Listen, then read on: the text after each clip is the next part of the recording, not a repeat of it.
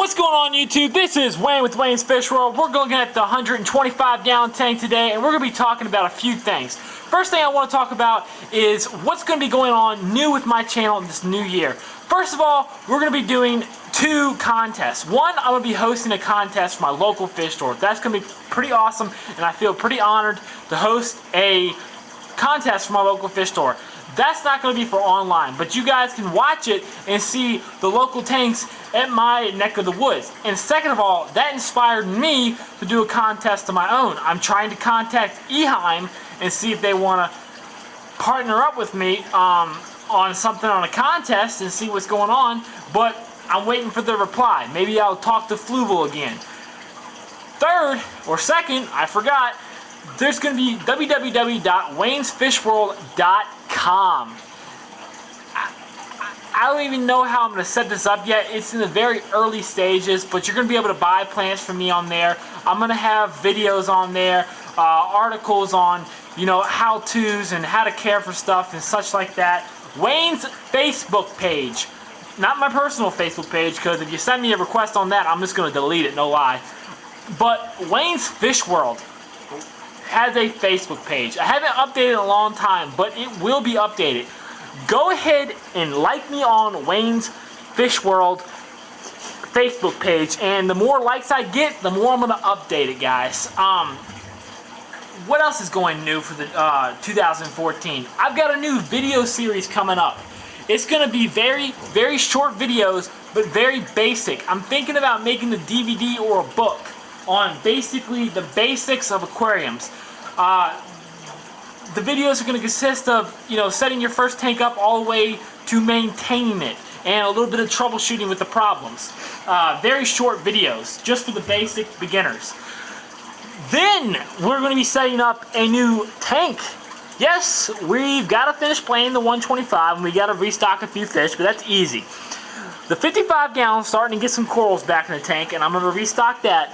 But I'm picking something back up.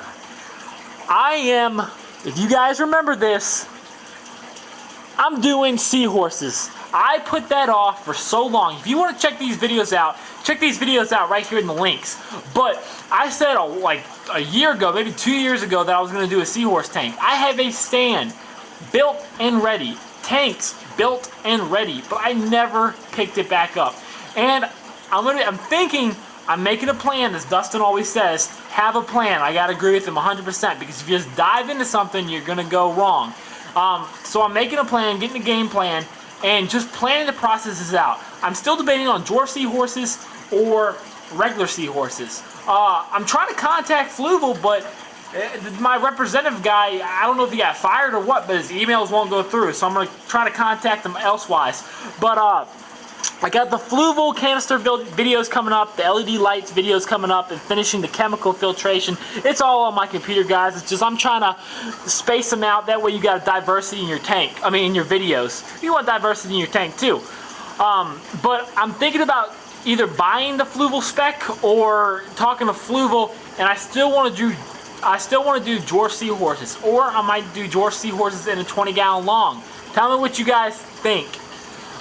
So let's dive into the topic of the video. What are the best lighting to choose on your aquarium? How to choose lighting for your aquarium. Now, there are expensive lighting and there are cheap lighting. We need to figure out one thing first. You need to have a plan, as Dustin always says. You need to figure out what are you trying to accomplish with your tank. Are you trying to have a saltwater tank, a planet tank, a highlight planet tank, or just a fish tank? If you have a fish tank, just no plants, no photosynthetic organisms inside of it, you do not need to go out and buy these expensive high output lights. The more light you have, and if you don't have organisms that can absorb that light, you're going to lead to algae problems. Yeah, it's going to be brighter, you can install UV light, but you're still going to get algae problems on the surface area of your tank, because there's nothing to absorb that nutrients. Light is another type of nutrients.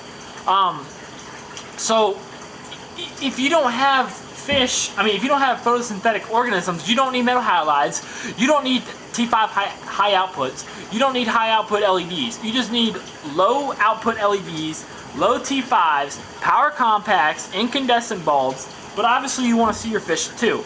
So I'm going to suggest to lean away from the incandescent bulbs. I'm not even sure if, I know a few manufacturers still make incandescent bulbs, but they're starting to disappear. Power compacts are slowly starting to disappear. T5s are starting to disappear. T5 high outputs are still going strong, and I think that's my favorite type of lighting. For what you pay for it. LEDs are amazing.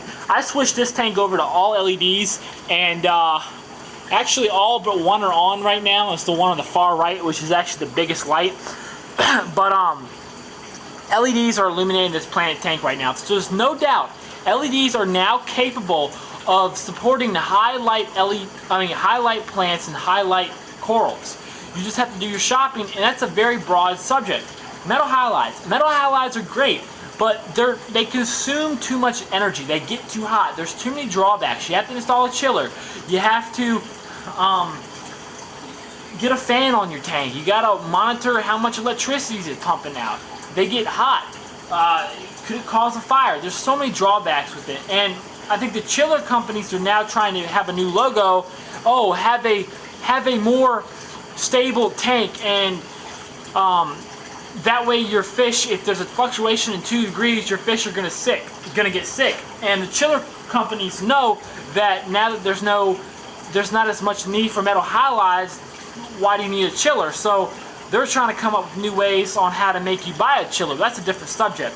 T5s are a great source. If you don't want to pay an arm and a leg, power compacts and T5s are a great way. If you've got plants and corals that aren't SPSs or high light plants, like Asian plants, you can stick with your T5 high outputs. Now, if you got a high light plants, T5 high outputs still work if you balance it, but that's a different subject. You want to go into your metal halides if you have higher light organisms, or you want to go into your high output LEDs, T5 high outputs, and LEDs. That's what I gotta say. It's very broad. Do your research, get a plan. If you have any questions, tell me what your specs of your tanks are or what you want to accomplish, and I will try my hardest to help you out in the comments below. Or hit me up with a message, but comments, I'm gonna read them a lot more. Comment, rate, subscribe, guys. Share this video because that's the only way the channel is gonna grow. I'll see you guys next time. Happy New Year's. Later.